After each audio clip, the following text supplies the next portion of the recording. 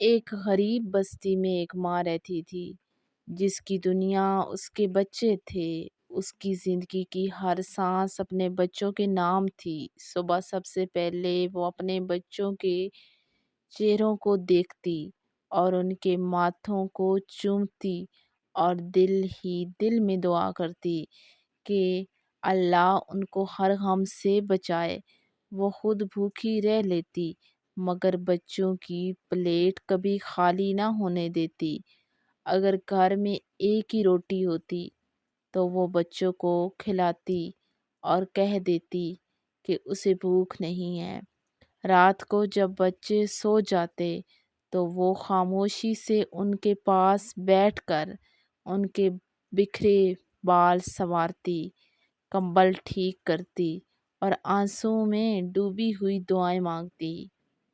ایک دن اس کا ایک بچہ سخت بیمار ہوا۔ ماں نے دن رات ایک کر دیا، اپنا زیور تک بیچ دیا مگر بچے کے علاج میں کمی نہ آنے دی۔ وہ اسپتال کے کمروں میں جاگتی رہی، بچے کا ہاتھ تھامے رکھتی اور ہر سانس کے ساتھ اللہ سے فریاد کرتی رہی۔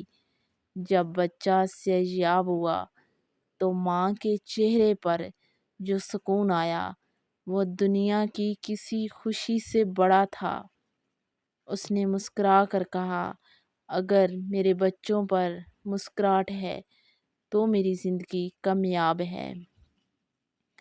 یہ ماں نہ کسی کتاب میں پڑھی گئی تھی، نہ کسی کہانی کی ہیروئن تھی، مگر حقیقت میں وہ محبت، قربانی اور دعاؤں کا جیتا جاگتا روپ تھی۔